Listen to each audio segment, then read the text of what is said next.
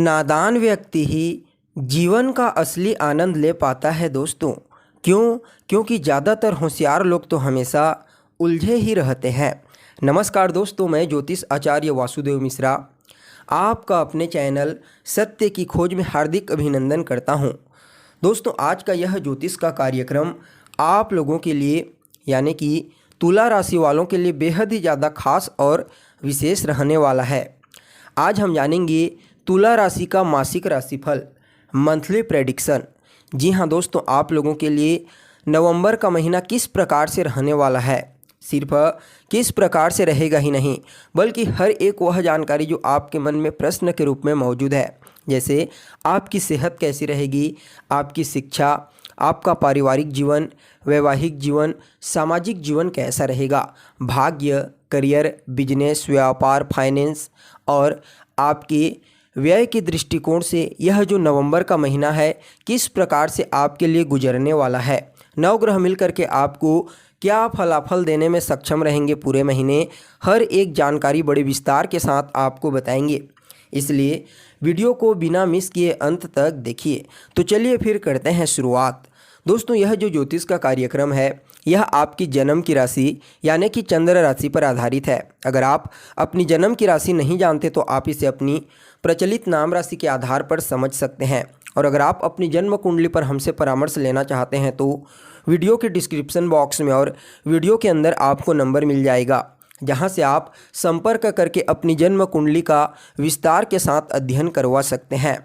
तो दोस्तों देखिए, सबसे पहले आपको ग्रहों की स्थिति का ज्ञान होना आवश्यक है। तो जब नवंबर का महीना प्रारंभ हुआ तो गोचर कुंडली में आपकी राशि से तुला राशि से ग्रहों की स्थिति कुछ इस प्रकार से रहेगी। लग्न में ही मंगल, बुध और सूर्य गोचर करेंगे।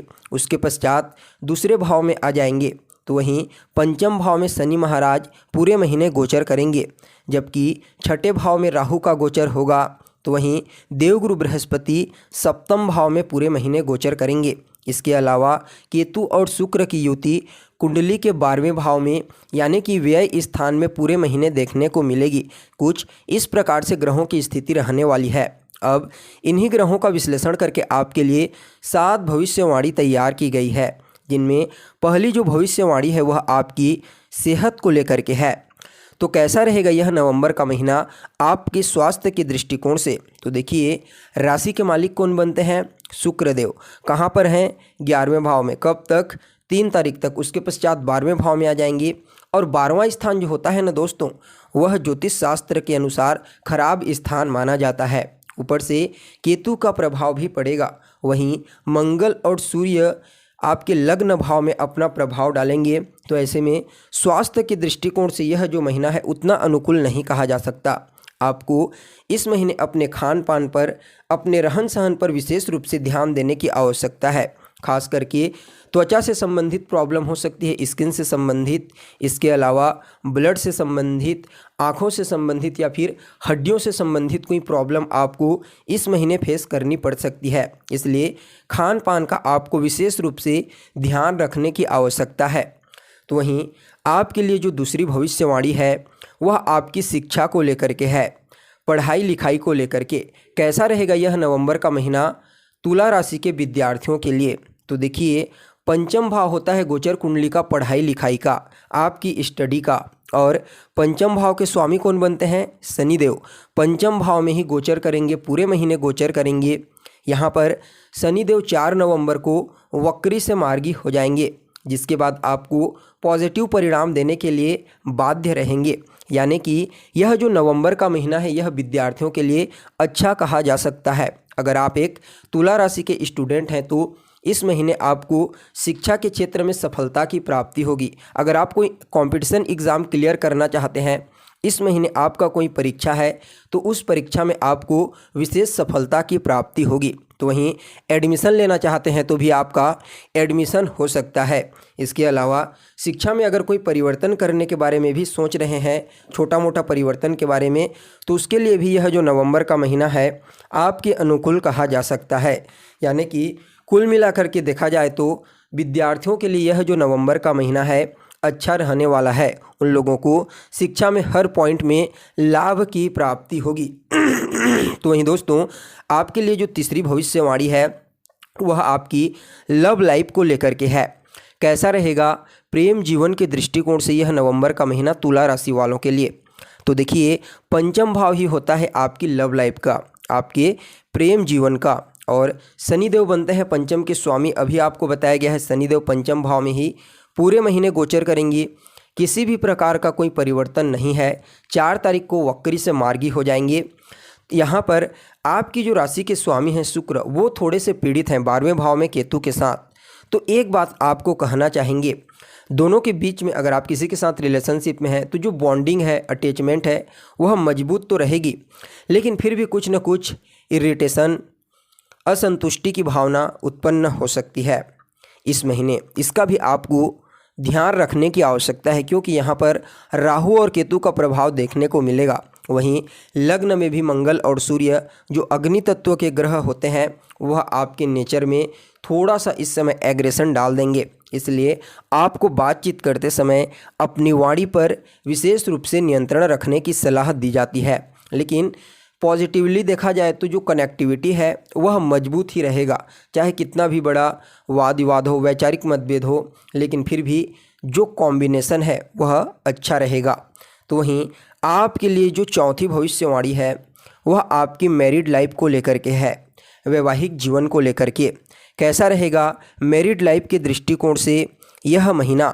तो देखिए दोस्तों, गोचर कुंडली का 7th हाउस होता है आपकी मैरिड लाइफ का, और 7th हाउस के जो लॉर्ड बनते हैं वह खुद मंगल देव बनते हैं। मंगल देव की प्लेसमेंट यहाँ पर लग्न भाव में देखने को मिलेगी 16 तारीख तक। उसके पश्चात राशि परिवर्तन करके दूसरे भाव में अपने ही घर में चले जाएंगे। तो देखिए, वैसे तो मंगल एक अग्नि तत्व के ग्रह हैं, सूर्य बुध के साथ यहाँ पर गोचर करेंगे। तो ऐसे में आपकी मैरिड लाइफ, वैवाहिक जीवन अच्छा तो रहेगा, लेकिन फिर भी क्रोध, अहंकार, इरिटेशन जैसी चीज़ें आपको फेस करनी पड़ सकती है। लेकिन देवगुरु बृहस्पति का प्रभाव भी यहाँ पर आपको अपने वैवाहिक जीवन के ऊपर देखने को मिलेगा, जिसकी वजह से काफ़ी हद तक आप सामंजस्य स्थापित करने का प्रयास करेंगे, क्योंकि देवगुरु बृहस्पति बलवान अवस्था में गोचर करेंगे। और जब केंद्र में देवगुरु बृहस्पति होते हैं तो कई प्रकार के दोषों का शमन कर देते हैं। इस कंडीशन में देखा जाए तो आपकी मैरिड लाइफ को देवगुरु बृहस्पति यानी कि जुपिटर इस महीने काफ़ी बेहतर बनाने का कार्य करेंगे। इसके अलावा कार्य क्षेत्र में भी जो आपके पार्टनर हैं उनके कार्य क्षेत्र में विशेष अवसर उनको प्राप्त होने वाले हैं। आपके पार्टनर के डेली इनकम में वृद्धि होगी। कुछ नए प्रोजेक्ट में कार्य करने का मौका उन्हें प्राप्त हो सकता है। तो वहीं दोस्तों, आपके लिए जो 5वीं भविष्यवाणी है वह आपकी भाग्य को लेकर के है। कैसा रहेगा भाग्य के दृष्टिकोण से यह महीना? तो देखिए, गोचर कुंडली का जो 9वां स्थान होता है यह आपके भाग्य का होता है, और 9वां के अधिपति कौन बनते हैं? बुध देव। लग्न में गोचर करेंगे, 7 तारीख तक गोचर करेंगे, उसके पश्चात दूसरे भाव में चले जाएंगे। तो यहाँ पर बुध की प्लेसमेंट तो अच्छी है, क्योंकि पहले त्रिकोण के अधिपति होकर के केंद्र में गोचर करेंगे, तो केंद्र त्रिकोण नामक राजयोग का निर्माण करेंगे। उसके पश्चात धन भाव में चले जाएंगे, जहाँ पर मंगल खुद के घर में गोचर करेंगे, तो बुध महाराज को भी बल की प्राप्ति होगी। इस कंडीशन में देखा जाए तो भाग्य का साथ आपको इस नवंबर के महीने में मिलने वाला है, क्योंकि देवगुरु बृहस्पति जो भाग्य के कारक ग्रह माने जाते हैं वह भी बलवान अवस्था में केंद्र में गोचर करेंगे। इस कंडीशन में भाग्य का साथ आपको इस नवंबर के महीने में मिलेगा। तो ऐसे में आपके मन में जो भी प्रश्न है, जैसे कि अगर आप कोई नया व्यापार शुरू करना चाहते हैं, नया दुकान शुरू करना चाहते हैं, कोई बड़ी वस्तु खरीदना चाहते हैं, या फिर कुछ और करना चाहते हैं, अपने जीवन में कुछ परिवर्तन करना चाहते हैं, कोई धार्मिक कार्यक्रम या फिर पूजा पाठ अपने घर परिवार में करवाना चाहते हैं, तो इसके लिए यह जो नवंबर का महीना है अच्छा कहा जा सकता है, क्योंकि यहाँ पर न सिर्फ बुध देव की प्लेसमेंट अच्छी है, बल्कि देवगुरु बृहस्पति जो स्वयं ही भाग्य के कारक होते हैं उनकी प्लेसमेंट भी अच्छी है। इसलिए भाग्य का साथ आपको मिलेगा। कार्य क्षेत्र में भी उच्च अधिकारियों का, सीनियर का, बॉस का सपोर्ट आपको प्राप्त होने वाला है। इसके साथ ही दोस्तों, इस समय कार्य क्षेत्र में आपको आगे बढ़ने के लिए कुछ नए अवसर की प्राप्ति भी हो सकती है, क्योंकि मंगल, सूर्य और बुध ये तीनों मिल करके आपके जीवन में नए अवसर के लिए कुछ प्रयत्न करेंगे, यानी कि इन तीनों ग्रहों के प्रभाव से आपको कई अवसर प्राप्त हो सकते हैं। तो ही आपके लिए जो छठी भविष्यवाणी है वह आपके करियर को लेकर के है। तो देखिए, कुंडली का जो 10th हाउस होता है, दसम भाव, यह आपके करियर का होता है और चंद्रमा बनते हैं आपके कर्म क्षेत्र के अधिपति। चंद्रमा हर 2.25 दिन में राशि परिवर्तन कर लेते हैं। चंद्रमा महीने में लगभग वैसे 8-10 दिन ऐसे होते हैं जहां पर पॉजिटिव योग बनाते हैं, तो उसके लिए तो अच्छा रहेगा करियर, लेकिन फिर भी चंद्रमा मन के कारक होते हैं, इसलिए जितना भी आपको करियर में आगे बढ़ने के लिए मौका मिलेगा, आप कठिन परिश्रम भी करोगे, हार्ड वर्क करोगे, लेकिन फिर भी आपका मन संतुष्ट नहीं रहेगा। इसमें से खास करके 12 नवंबर के पश्चात और 25 नवंबर से पहले पहले तक के समय में यह जो समय है उतना अनुकूल नहीं कहा जा सकता आपके करियर के दृष्टिकोण से। उसके पश्चात का समय अच्छा रहेगा, क्योंकि राहु की पंचम दृष्टि आपके करियर के ऊपर देखने को मिलेगी। इसलिए यह जो महीना रहेगा, नवंबर का महीना, आपके लिए 50-50% वाला कहा जा सकता है करियर के दृष्टिकोण से, यानी कि 50% पॉजिटिव रहेगा तो वहीं 50% नेगेटिव रहेगा। तो वहीं दोस्तों, आपके लिए जो अंतिम भविष्यवाणी है, 7वीं भविष्यवाणी, वह आपके बिजनेस व्यापार को लेकर के है। तो देखिए, गोचर कुंडली का 7th हाउस होता है आपके बिजनेस व्यापार का। देवगुरु बृहस्पति 7th भाव में गोचर करेंगे, मंगल बनते हैं अधिपति, उनकी प्लेसमेंट भी काफ़ी अच्छी है। शुक्र और बुध की प्लेसमेंट भी, शुक्र की तो नहीं लेकिन बुध की प्लेसमेंट अच्छी कही जा सकती है, क्योंकि शुक्रदेव अपनी नीच राशि में गोचर करेंगे। तो ऐसे में दोस्तों 20% माइनस कर दीजिए, 80% बिजनेस व्यापार के दृष्टिकोण से यह जो महीना रहने वाला है, नवंबर का महीना, अच्छा कहा जा सकता है। यानी कि आपको अपने व्यापार के क्षेत्र में कुछ नए आइडियाज़ प्राप्त होंगे, लाभ के अवसर प्राप्त हो सकते हैं, कुछ नए रास्ते खुल सकते हैं। इसका आपको इस महीने अवश्य ध्यान रखना चाहिए। यानी कि प्रॉफिट आपको अपने कार्य क्षेत्र में होगा अगर आप अपना खुद का कोई व्यापार करते हैं उस कंडीशन में। तो दोस्तों, यह तो हो गई नवग्रहों की स्थिति के आधार पर पूरे नवंबर महीने का हाल।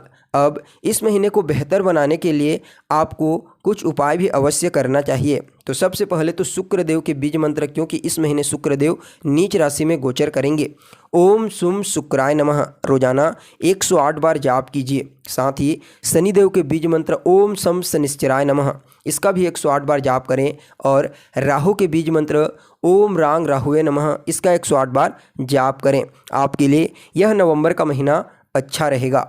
तो दोस्तों, कैसी लगी आपको जानकारी, कमेंट कीजिए, लाइक कीजिए और बने रहिएगा हमारे साथ। फिर मिलते हैं एक नए और ताज़ा एपिसोड में, तब तक के लिए नमस्कार।